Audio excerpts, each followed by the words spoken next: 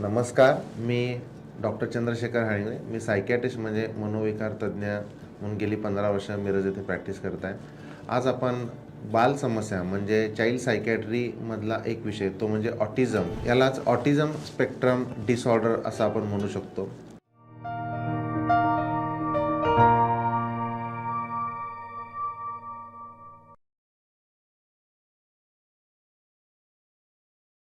Autism spectrum डिसऑर्डरमध्ये वेगवेगळे आजार असू शकतात, जसं ऑटिझम आहे, रेट सिंड्रोम आहे, ॲस्पर्जर सिंड्रोम आहे, असे वेगवेगळे आजार असू शकतात. काही प्रमुख लक्षणं मी सांगू इच्छितो. यामध्ये स्वमग्नता किंवा ऑटिझमचा जो मुलगा आहे तर त्याच्यामध्ये प्रमुख लक्षण दिसतं तो म्हणजे पेशंट एकटाच असतो, आपल्या तंद्रीतच असतो, त्याचं कम्युनिकेशन कमी असतं, तो इतरांशी जास्ती बोलू शकत नाही, एकच गोष्ट त्याला आवडत असते, तर त्याला बदल अजिबात आवडत नाही. म्हणजे एकच गोष्ट, एकच जर प्रकारचा खेळ असेल तर त्याला तोच खेळ आवडतो, वेगवेगळे खेळ तो लगेच खेळू शकत नाही किंवा ॲडजस्ट होत नाही.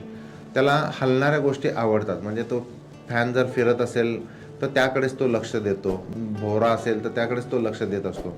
म्हणजे हात हलवणं किंवा वारंवार काहीतरी करत राहणं असं पण त्याच्यामध्ये प्रकार वागण्याचा दिसू शकतो. काही पेशंटमध्ये अतिसंवेदनशील असतात, म्हणजे त्यांना फार लाईट आवडत नाही, आवाज पण त्यांना आवडत नाही, आवाज झाला तर ते फार चिडचिड करतात, प्रकाश जास्ती दिसला तर ते त्याला अवॉइड करतात, टाळतात, चिडचिड करतात, असं पण असतं. तर काही अशा प्रकारची लक्षणंही ऑटिझमच्या पेशंटमध्ये दिसू शकतात.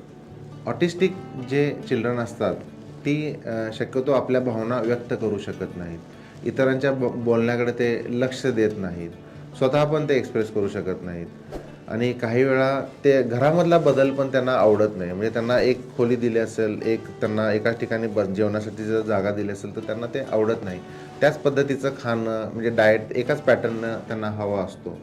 प्रवास त्यांना आवडत नाही, तसं केलं तर ते लगेच चिडचिड करतात. तर अशी सर्व लक्षणं ही ऑटिझमच्या मुलामध्ये दिसू शकतात. तर आम्ही नवीन उपक्रम राबवत आहोत. निर्मल ऑटिझम आणि लर्निंग डिसॅबिलिटी एज्युकेशन सेंटर आम्ही सुरुवात करत आहोत.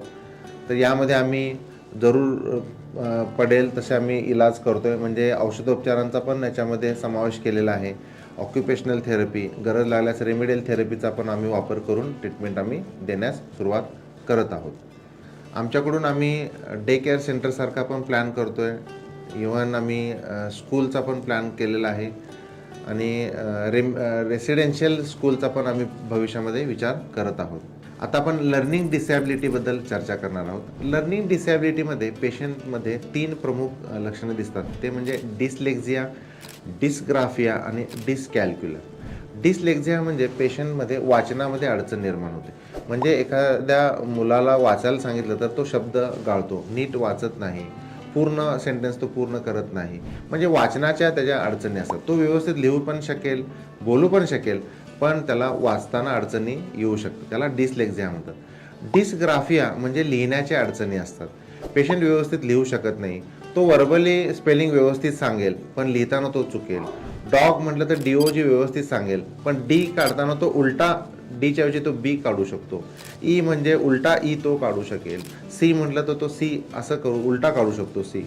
तर डिसग्राफियामध्ये पेशंटमध्ये लिहिण्याच्या अडचणी असतात. तो तोंडी व्यवस्थित स्पेलिंग सांगेल, पण लिहिताना स्पेलिंग चुकू शकतात, शब्द तो गाळू शकतो.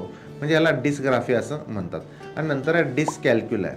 डिसकॅल्क्युलाय म्हणजे पेशंटला मॅथमॅटिकल म्हणजे गणिताबाबतच्या अडचणी निर्माण होतात. म्हणजे तोंडी जर त्याला विचारलं तर तो ॲन्सर देऊ शकतो. म्हणजे 5+5 हाऊ मच म्हटलं तर तो 10 सांगेल, पण 5+5 तो पेपरवर लिहू शकत नाही. म्हणजे मांडण्याच्या त्याच्या अडचणी असतात, पेपरवर मांडू तो व्यवस्थित शकत नाही. म्हणजे मॅथ्स रिलेटेड प्रॉब्लेम असू शकतात. ह्याला डिसकॅल्क्युला असं म्हणू शकतो. तर डिसलेक्झिया, डिसग्राफिया आणि डिसकॅल्क्युला एखाद्या पेशंटला 3ही असू शकतात किंवा 1 किंवा 2 लक्षणंही असू शकतात.